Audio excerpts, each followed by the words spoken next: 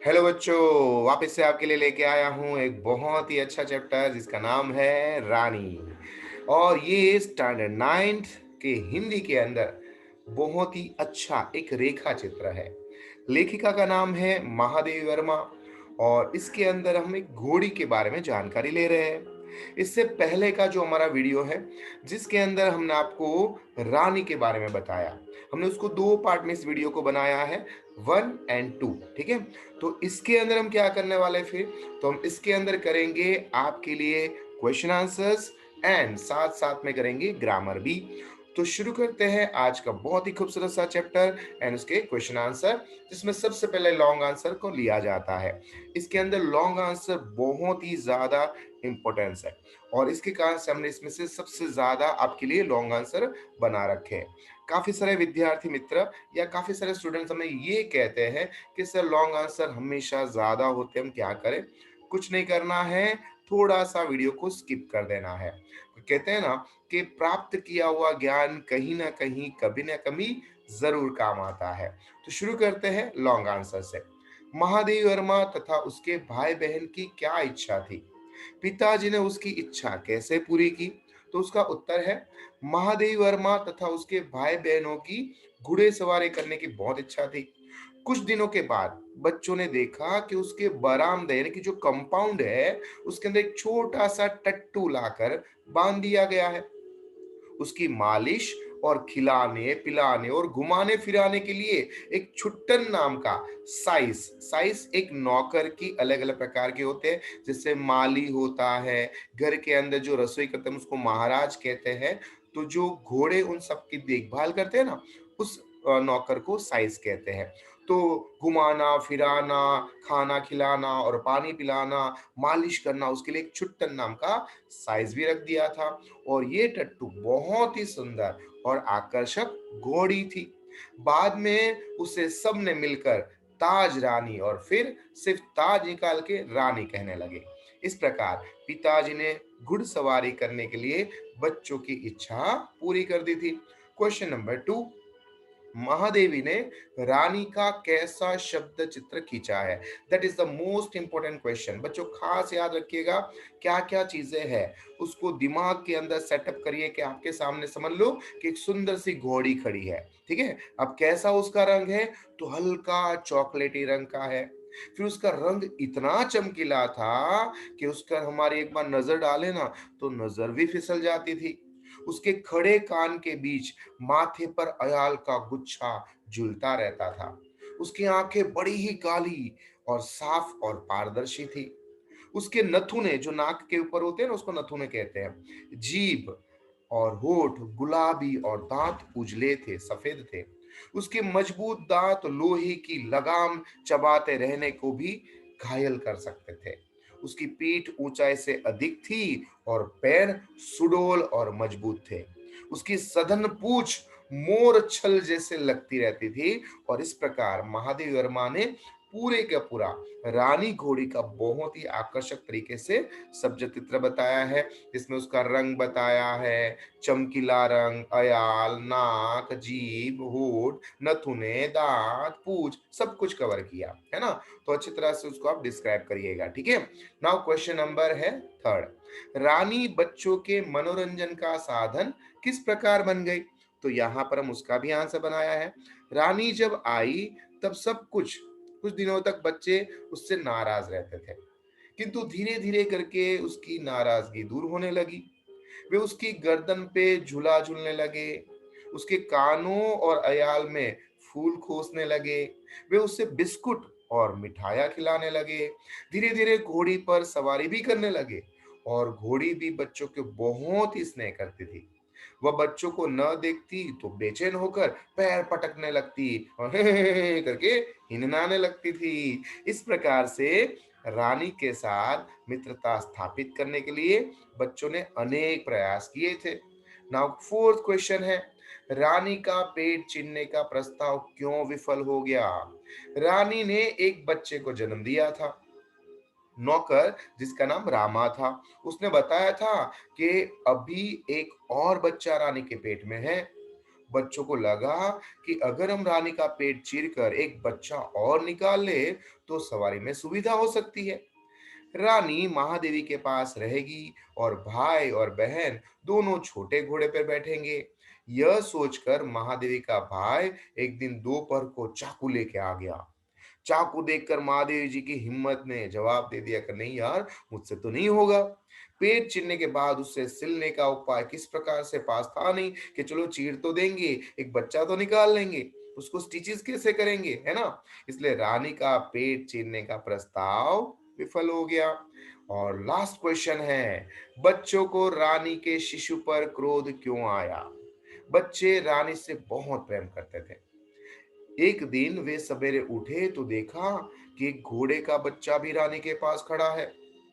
बच्चे के पूंछ पर नौकर जिसका नाम रामा था, उसने बताया कि वो बच्चा रानी के पेट में था। रानी जो दाना चारा खाती थी उससे वह बच्चा खा जाता था और उसके पेट में सोता रहता था। यह जानवर बच्चों का बड़ा ही क्रोध आया। उसे लगा कि ये बच्चा किसी काम का ही नहीं है। यह कितनी बुरी बात है कि वो रानी के पेट में रहकर सारा दाना चारा खा जाता है। बेचारी रानी कितना काम करती है, उसे पानी पीठ पर लाद कर घूमती है और ये बच्चा मुफ्त में उसका खाया करता है। खाना हजम जा हो जाता है। यह सोचकर बच्चों को रानी के शिशु पर यानी कि बच्चे पर बड़ा ही क्रोध आया। ठीक है। अब बस ये लास्ट है, पर ये बहुत जरूरी क्वेश्चन होने के कारण से हमने इसे ऐड किया है आपके लिए।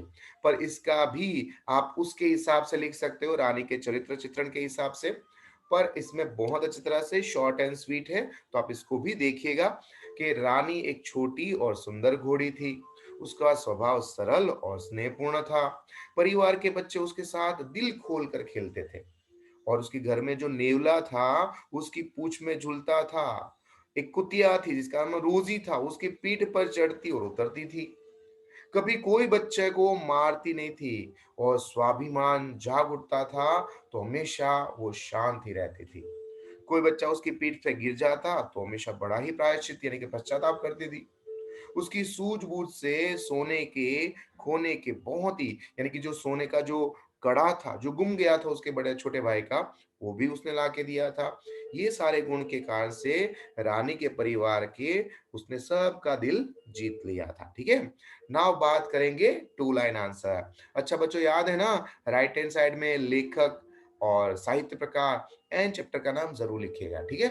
नाउ दो तीन वन के लिए ज्यादा नहीं है, सिर्फ पांच इसके भी है। ध्यान से देखिए।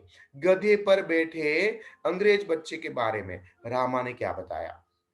गधे पर बैठे अंग्रेज बच्चे के बारे में रामा ने बताया कि इन्हीं विलायत में गधे पर बैठने का दंड मिला है, परंतु विलायत में गधे नहीं होते हैं, इसलिए इन सबको भारत में भेज दिया गया है। ठीक है। नाउ क्वेश्चन नंबर टू, रानी के प्रति बच्चों का ईर्ष्या और रोष दया भाव में क्यों बदल गया? बच्चों ने सोचा कि ताजमहल जैसे भवन में रानी होने पर भी उसे वहां से निकाल दिया गया था। ये कल्पना करते हुए उसकी सारी ईर्ष्या, रोष यानी कि गुस्सा दया भाव में बदल गया। यहाँ पर साड़ी की जगह सारी लिखिएगा। ठीक है। रानी के साथ मित्रता स्थापित करने के लिए कैसे प्रयास किए गए? तो धीरे धीरे रानी के बच्चों से नाराजगी दूर होने लगी। वे उसकी गर्दन से झूलने लगे, उसके काने और अयालों में फूल खोसने लगे और उसे बिस्कुट और मिठाइयाँ भी खिलाने लगे। अब है दो और क्वेश्चन। क्या है? रानी की पीठ पर सवारी करते हुए कौन सी दुर्घटना घटित हुई थी एंड क्यों? एक बार महादेवी रानी की नंगी पीठ पर बैठ गई, महादेवी वर्मा जी, हमारी लेखिका जी। उस समय उसके भाई ने उसके हाथ में एक पतली संटी यानी कि सोटी एक लकड़ी थी, वो रानी के पैर में दबांग से मार दी। इससे रानी बहुत तेज भागने लगी। महादावी देर तक खुद को न संभाल सकी और नीचे गिर पड़ी। संटी लगने पर रानी के स्वभाव स्वाभिमान को चोट लगी और वो भागने लगी थी। ये एक दुर्घटना बचपन में हुई थी। ठीक है। नाउ लास्ट क्वेश्चन, रानी के बच्चे को देखकर बच्चों को क्रोध क्यों आया? रानी के बच्चे को देखकर बच्चों को सोचा कि यह बिना कुछ काम काज किए रानी के पेट में सोता रहता है और सारा रानी का खाना खा जाता है। ये कुछ भी काम काज नहीं करता है और सारा रानी का दाना चारा खाता है। इसलिए सभी बच्चों को रानी के बच्चे पे गुस्सा आया था। अब चलते हैं व्याकरण की ओर। उससे पहले शॉर्ट आंसर बहुत जरूरी होते हैं, ठीक है। ये आपके वन वर्ड वन लाइन के अंदर जब भी आप आंसर लिखो ना, तो उसके अंदर मेन आंसर होता है ना, उसके नीचे अंडरलाइन करना बहुत जरूरी है। सफेद टट्टू के बारे में रामा ने बच्चों को क्या बताया था? तो सफेद टट्टू के बारे में रामा ने बच्चों को बताया था कि सफेद गधे होते हैं जिन पर अपराधियों को बिठाने की सजा दी जाती है। अच्छा, नेक्स्ट क्वेश्चन। लेखिका ने रानी के अलावा कौन कौन से चरित्र किए हैं? तो महादेव वर्मा ने रोजी कुतिया, निक्की नेवला के बारे में भी इस चैप्टर में बताया है, ठीक है। रानी अपनी नंगी पीठ पर अयाल पकड़कर बैठने वाले बच्चों को कैसे संतुष्ट कर देती थी? तो रानी अपनी नंगी पीठ पर अयाल पकड़कर बैठने वाले बच्चों को दुल की सी तार, धीरे धीरे धीरे चलना, उसको दुल की सी चाल कहते हैं, इधर उधर घुमाकर हमेशा संतुष्ट करती थी। लड़कों ने स्मृति पत्र में किस अन्याय की बात लिखी थी? लड़कों ने स्मृति पत्र में लिखा था कि जैसे अंग्रेज बच्चों के पास छोटा घोड़ा होता है, वैसा उसके पास नहीं होता। वह अन्याय की बात है, ठीक है। एंड लास्ट क्वेश्चन, रानी कौन सी साहित्यिक विधा है? तो एक रेखा चित्र है, याद रखिएगा इसे। नाउ सीधे चले जाते हैं व्याकरण पे। पर्यायवाची जिज्ञासा, उत्कंठा, आतंकित, भयभीत, रोष, क्रोध, अजारकता, अव्यवस्था, आरूढ़, सवार, बोध, ज्ञान, दुल्की, धीमी, आहत, घायल, वलय, छल्ला और विस्मित, चकित कर देना। ऑपोजिट यानी विलोम शब्द, विरोधार्थी शब्द, अपराधी, निरपराधी, दंड, पुरस्कार, प्रसन्नता, अप्रसन्नता, नंगी पीठ, जीन युक्त पीठ, जिसके ऊपर जीन लगाई जाती है उसको कहते हैं, घोड़ी के ऊपर लगाते हैं ना, उसको कहते हैं। सदय, निर्दय, प्रत्यक्ष, परोक्ष, स्मृति, विस्मृति, आरंभ और याद। उसके बाद है भाववाचक संज्ञा, ऐसे शब्द जिसको हम फील कर सकते हैं, उसको हम छू नहीं सकते हैं, है ना, उसको हम कहते हैं भाववाचक संज्ञा। इसमें है आधिक्य, प्रसन्नता, आतंक, मित्रता, आराम और प्रकृति। आपको वाक्य के अंदर से ढूंढने होते हैं। उसी तरह से विशेषण, हमेशा कैसा क्वेश्चन करो, है ना। तो छोटे घोड़े कैसा था? तो के आतंकित था। फिर इसमें बताया गया है प्रवृत्ति कैसी थी? तो अजारक प्रवृत्ति थी। घटना कैसी थी? स्मरणीय घटना थी। समस्या कैसी थी? विकट समस्या थी। और यहाँ पर बताया गया शरीर कैसा था? स्वस्थ शरीर था, ठीक है। तो विशेषण कैसा क्वेश्चन करने से बहुत इजीली आपको मिल जाएंगे। उसके बाद है शब्द समूह, ज्ञान से वृद्धि करने वाला, ज्ञानवर्धक, बच्चे सरलता से कर सके ऐसी प्रवृत्ति, बाल सुलभ प्रवृत्ति। घोड़े पर बैठने जाने वाली सवारी को कहेंगे घुड़सवारी। घोड़े का आवास अस्तबल, स्थान से छूटा हुआ, विस्थापित, जानने की इच्छा, जिज्ञासा।